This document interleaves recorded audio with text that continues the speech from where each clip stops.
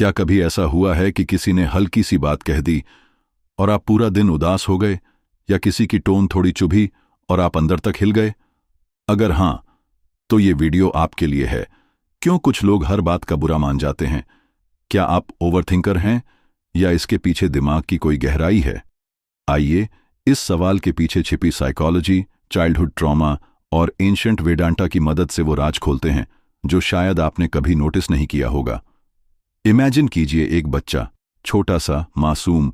जब वो कुछ बोलता है और घर वाले कहते हैं चुप रहो, ये बड़ी बातें हैं, या स्कूल में कोई उसका मजाक उड़ाता है, उसकी शक्ल, उसकी आवाज, उसकी गलती, तब वो बच्चा बाहर से चुप हो जाता है, लेकिन अंदर से वो चोट, वो इंसल्ट, वो रिजेक्शन हमारे अंदर एक इनविजिबल वूंड छोड़ देती है। समय बीतता है, हम बड़े हो जाते हैं, लेकिन वो जख्म, वो दर्द दिमाग के किसी कोने में एक्टिव रहता है। अब जब कोई हल्की सी बात कहता है, तुम हमेशा देर करते हो, तो हमारा दिमाग उसी पुराने दर्द को जोड़ता है। क्या मैं वाकई बेकार हूं? क्या मैं किसी लायक नहीं? हम हर्ट हो जाते हैं, लेकिन असल में हमें उस प्रेजेंट मोमेंट की बात से ज्यादा पुराने जख्मों की गूंज हर्ट करती है। यही हैं इमोशनल ट्रिगर पॉइंट्स, और ये हर इंसान के अंदर अलग अलग जगह होते हैं। अब सोचिए, जब कोई बात हमें डिस्प्रोपोर्शनेट तरीके से हर्ट करती है, तो क्या वो उस इंसान की गलती है या हमारे अंदर के पुराने जख्म की? इसका जवाब छिपा है हमारे सबकॉन्शियस माइंड में, जो हमारी 95% फीलिंग्स और रिएक्शंस को कंट्रोल करता है बिना हमारी कॉन्शियस परमिशन के। ये वही सबकॉन्शियस है जिसने बचपन में सुना, तुमसे कुछ नहीं होगा, तुम बहुत कमजोर हो, लड़कों को रोना नहीं चाहिए, लड़कियों को ज्यादा मत बोलने दो। और अब जब हम बड़े हो चुके हैं, कोई अगर हल्की सी आलोचना कर दे, हम डिफेंसिव हो जाते हैं या अंदर से टूट जाते हैं। असल में हम उस प्रेजेंट व्यक्ति से नहीं लड़ रहे होते, हम अपने पास्ट के एक इनविजिबल मॉन्स्टर से लड़ रहे होते हैं। और सबसे हैरानी की बात, अक्सर हमें पता ही नहीं होता कि ये ट्रिगर पॉइंट है कहां से। बस हमें लगता है कि दूसरे लोग बहुत रूड हैं या दुनिया अनफेयर है, लेकिन सच ये है, ट्रिगर बाहर नहीं, अंदर होता है। अब सवाल उठता है, पता कैसे चले कि कौन सी बात हमें ट्रिगर करती है? क्योंकि जब तक ट्रिगर पता नहीं चलेगा, हीलिंग शुरू नहीं होगी। पहला तरीका है पैटर्न ट्रैकिंग।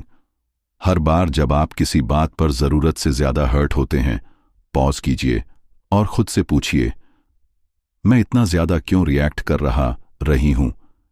क्या वो वाकई सामने वाले की बात थी, या वो बात आपके पास्ट किसी इंसान की कही हुई किसी बात से मिलती जुलती है? एग्जाम्पल, अगर कोई दोस्त बोले तू कभी टाइम पे नहीं आता, और आप इंस्टेंटली डिफेंसिव हो जाएं, तो ये शायद सिर्फ उसकी कंप्लेंट नहीं, बल्कि आपके अंदर के नॉट गुड इनफ फीलिंग को छू गई। दूसरा तरीका है बॉडी सिग्नल्स पर ध्यान देना। आपका शरीर आपको सिग्नल देता है, हार्ट रेट बढ़ जाता है, हाथ कांपते हैं, आंखें नम हो जाती हैं, या गला सूखता है। ये सब आपके अंदर की इमरजेंसी अलार्म है जो कह रही है कुछ पुराना अभी एक्टिवेट हो गया है। तीसरा तरीका, जर्नल आईटी। रात को एक लाइन लिखिए, आज मैं कब कब अननेसेसरी हर्ट हुई और क्यों। 3 दिन में पैटर्न दिखने लगेगा।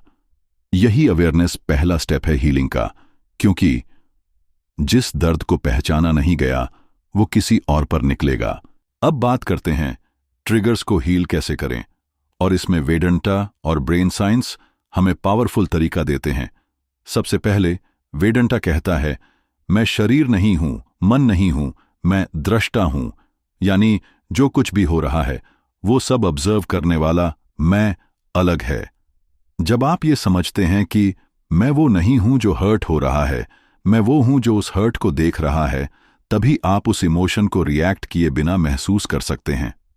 ब्रेन साइंस इसे कहता है मेटाकॉग्निशन, यानी अपने थॉट्स और फीलिंग्स को दूर से देखना।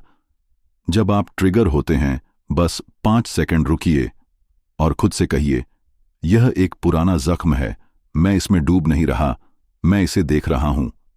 इस 5 सेकंड की कॉन्शियस पॉज आपके इमोशनल ब्रेन अमिगडाला को काम करती है और आपके थिंकिंग ब्रेन प्रीफ्रंटल कॉर्टेक्स को एक्टिवेट एक ancient technique, naming the emotion. जैसे ही आप बोले, मैं अभी सैड हूं, डर लग रहा है, रिजेक्टेड महसूस हो रहा है, तो ये ब्रेन के पेन सिग्नल को 50% तक कम कर देता है। साइंस कहता है, name it to tame it. Vedanta की एक और अद्भुत बात, आप जो सोचते हैं वो आप नहीं हैं, आप जो महसूस करते हैं वो भी आप नहीं हैं, आप सिर्फ देखने वाले हैं। इस शिफ्ट से आप अपने ट्रॉमा और ट्रिगर्स से बाहर आना शुरू करते हैं और धीरे धीरे सेंसिटिविटी की जगह स्टेबिलिटी आती है। अब एक गहरा सवाल, क्या हर बार हर्ट होना सिर्फ सेंसिटिविटी है या ईगो भी खेल में है? कई बार जब कोई हमारी बात नहीं मानता, हमारा ओपिनियन रिजेक्ट कर देता है, हमें दर्द नहीं, अपमान महसूस होता है। क्यों? क्योंकि हमारी ईगो कहती है, मैं सही हूं, मेरी बात मानी जानी चाहिए। और जब ऐसा नहीं होता, हम हर्ट नहीं, ऑफेंडेड हो जाते हैं। ये हर्ट बाहर से नहीं, एक्सपेक्टेशन से आता है कि लोग हमारे हिसाब से बिहेव करें। वेदांता यहां एक मिरर दिखाता है, attachment to ego leads to suffering. यानी जितना ज्यादा हम अपने इमेज, अपने विचार, अपनी रिस्पेक्ट से चिपके रहेंगे, उतना ही ज्यादा दुनिया की हर बात चुभेगी। ब्रेन साइंस भी यही कहता है, जब ईगो को थ्रेट लगता है तो ब्रेन का अलार्म सिस्टम अमिगडाला एक्टिव हो जाता है और हम इमोशनली रिएक्ट करने लगते हैं। लेकिन सॉल्यूशन है ईगो से थोड़ा पीछे हटना। याद रखिए, डिसएग्रीमेंट हमेशा डिसरिस्पेक्ट नहीं होता। एक छोटा सा अभ्यास, जब अगली बार कोई आपकी बात काटे तो पॉज करके सोचिए, क्या ये मेरी ईगो को हर्ट कर रहा है या सच में कुछ गलत हुआ है? 90% मामलों में हमें सिर्फ अपेक्षा टूटी होती है, इंसल्ट नहीं हुआ होता। इस अवेयरनेस से आप कम रिएक्ट करेंगे और ज्यादा समझेंगे। हर बात को दिल पर ले लेना, जो धीरे धीरे हमारी पर्सनैलिटी का हिस्सा बन जाती है। आप नोटिस करेंगे, कुछ लोग किसी की छोटी सी बात से भी दिन भर परेशान रहते हैं और बार बार सोचते रहते हैं, उसने ऐसा क्यों कहा? क्या मैं सच में गलत था? क्या सब मुझे ही गलत समझते हैं? ये बार बार सोचने की आदत ब्रेन में रूमिनेशन लूप बना देती है, एक ऐसी साइकिल जो बार बार पेन दोहराती है।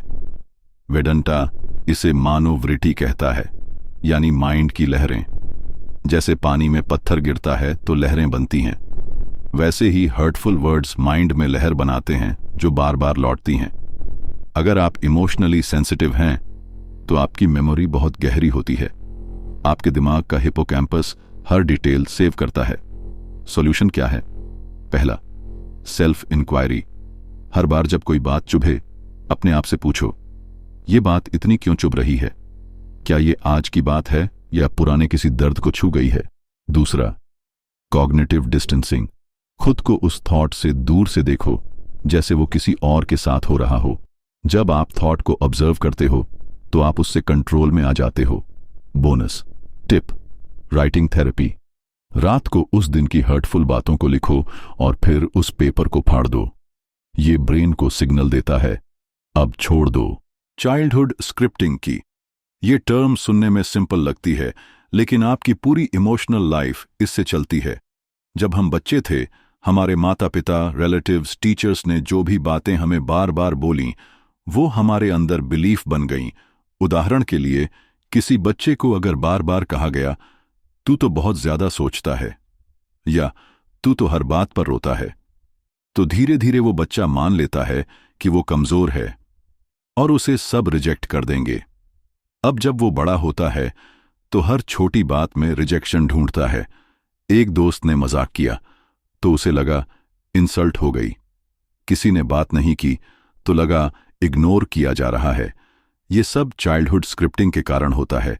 वेदांता में इसे कहते हैं वासना, यानी मन में जमी हुई छापें। ये छापें हमारी प्रेजेंट परसेप्शन को डिस्टॉर्ट करती हैं। हर इंसान अपनी पास्ट फिल्टर के चश्मे से दुनिया देखता है। तो सॉल्यूशन क्या है? अवेयरनेस से शुरुआत करो। जब कोई बात बुरी लगे तो पॉज करो और खुद से पूछो, क्या ये प्रेजेंट रियलिटी है या मेरी पुरानी स्क्रिप्ट? एक पावरफुल एक्सरसाइज, अपने बचपन की ऐसी 5 बातों को लिखो जो आज भी आपको हर्ट करती हैं, और फिर उनके ऑपोजिट ट्रूथ लिखो। जैसे, मैं कमजोर हूं, मैं इमोशनली अवेयर हूं और ये मेरी स्ट्रेंथ है। ये रीवायरिंग आपकी स्क्रिप्टिंग को हील करना शुरू कर देती है। इमोशनल बाउंड्रीज की। जब कोई इंसान हर बात का बुरा मानता है तो बहुत बार वो अपनी इमोशंस और दूसरों की इमोशंस में फर्क करना भूल जाता है। अगर कोई सामने वाला नाराज है तो वो सोच लेता है, शायद मेरी वजह से है। अगर किसी ने रिप्लाई नहीं किया तो इमीडिएटली सोचता है, शायद मुझसे नाराज है। यानी वो हर सिचुएशन को अपनी आइडेंटिटी से जोड़ लेता है। साइकोलॉजिस्ट्स इसे कहते हैं एनमेशमेंट, जहां आपकी आइडेंटिटी और दूसरों की फीलिंग्स आपस में घुल मिल जाती हैं। ये उन लोगों में ज्यादा देखा जाता है जो बचपन में इमोशनल केयरटेकर्स रहे हों, जैसे जिनके पेरेंट्स इमोशनली अनस्टेबल थे और उन्हें हर समय दूसरों के मूड को मैनेज करना पड़ता था। वेदांता कहता है, तुम सिर्फ दृष्टा हो, यानी देखने वाले हो, अब्जॉर्ब करने वाले नहीं। अगर कोई सामने वाला गुस्से में है तो जरूरी नहीं कि उसका गुस्सा आपके लिए हो। इसीलिए इमोशनल बाउंड्री का मतलब है, मैं आपकी फीलिंग्स समझता हूं लेकिन उन्हें अपनी रियलिटी नहीं मानता। एक सिंपल प्रैक्टिस, जब कोई बात बुरी लगे तो मेंटली बोलो, यह उनका इमोशन है, मेरी आइडेंटिटी नहीं। ये एक स्मॉल सेंटेंस आपकी इनर पीस को प्रोटेक्ट करता है। और याद रखिए, जो लोग हर बात पर्सनली लेते हैं वो धीरे धीरे इमोशनली एग्जॉस्ट हो जाते हैं। अब बात करते हैं सेल्फ वैलिडेशन की। जिन्हें हर बात का बुरा लगता है वो अक्सर अंदर से एक अप्रूवल हंग्री माइंड लेकर जीते हैं। क्या मैं अच्छा हूं? क्या उन्होंने मुझे नजरअंदाज किया? क्या मैं उन्हें पसंद नहीं आया? ये सवाल दूसरों से वैलिडेशन मांगने की आदत बन जाते हैं। साइकोलॉजिकली, जब बच्चा बचपन में बार बार सुने, तू ठीक से नहीं करता, तेरी वजह से हुआ, तो वो इंटरनली बिलीव कर लेता है, मैं तभी वैल्यूएबल हूं जब कोई और मुझे एक्सेप्ट करे। और यही बिलीफ एडल्टहुड में भी ट्रिगर होता है, हर छोटी बात में। अब समझिए, वेदांता क्या कहता है, तुम पूर्ण हो, तुम्हारा अस्तित्व किसी और की मान्यता पर निर्भर नहीं करता। सेल्फ वैलिडेशन का मतलब है अपने इमोशंस को खुद एक्नॉलेज करना, खुद से कहना, जो मैं महसूस कर रहा हूं वो वैलिड है। और सबसे जरूरी, दूसरों के मूड या बिहेवियर को अपनी वैल्यू का पैमाना नहीं बनाना। एक डेली प्रैक्टिस, रोज 5 मिनट खुद से एक सवाल पूछो, आज मैंने खुद को कितना एक्सेप्ट किया? जैसे जैसे आप खुद को वैलिडेट करने लगेंगे, वैसे वैसे बाहर की रिजेक्शन आपको हिला नहीं पाएगी। और हां, ये स्किल एक शील्ड की तरह काम करता है, जो आपको बार बार हर्ट होने से बचाता है। अब बात करते हैं पैटर्न ब्रेक करने की टेक्निक्स की। क्योंकि अगर आप बार बार एक जैसी इमोशनल साइकिल में फंस जाते हैं, जैसे कोई कुछ बोले, आप हर्ट हो जाएं, अंदर से विथड्रॉ कर जाएं, तो ये साइकिल ऑटोमेटिक सबकॉन्शियस पैटर्न बन जाती है। अब इसे तोड़ने के लिए आपको चाहिए इंटेंशनल इंटरप्शन, मतलब पैटर्न को पहचानते ही उसमें हल्का सा रुकना डालना। एग्जाम्पल, आपको किसी ने टोक दिया और आपको गुस्सा या दुख आया, तो उस मोमेंट में खुद से एक क्वेश्चन पूछो, ये रिएक्शन मेरी इनसिक्योरिटी से आ रहा है या रियल इंसल्ट से? सिर्फ ये 3 सेकंड का पॉज भी आपका न्यूरल पैटर्न बदल सकता है।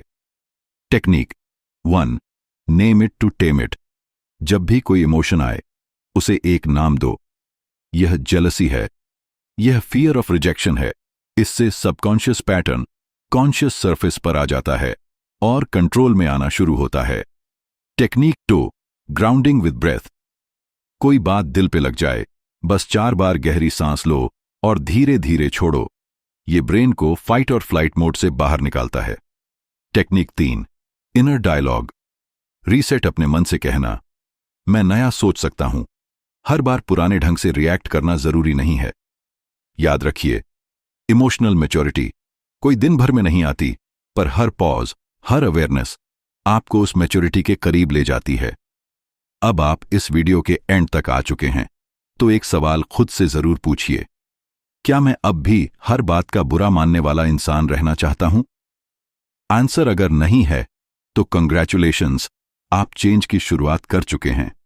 आपका हीलिंग जर्नी यहीं से शुरू होता है। अब जो हर्ट करता था वो आपको समझ में आने लगेगा और फिर वो आपको तोड़ेगा नहीं, सिखाएगा। अगर आपको ये समझ आया कि सेंसिटिविटी कोई कमजोरी नहीं बल्कि एक गहराई है, तो इस वीडियो को किसी ऐसे इंसान के साथ जरूर शेयर करें जो छोटी छोटी बातों से टूट जाता है। अगर ये वीडियो आपके दिल तक पहुंचा हो तो लाइक कीजिए, कमेंट में रेडी टू हील लिखिए और ऐसे ही डीप हीलिंग कंटेंट के लिए चैनल को सब्सक्राइब कीजिए।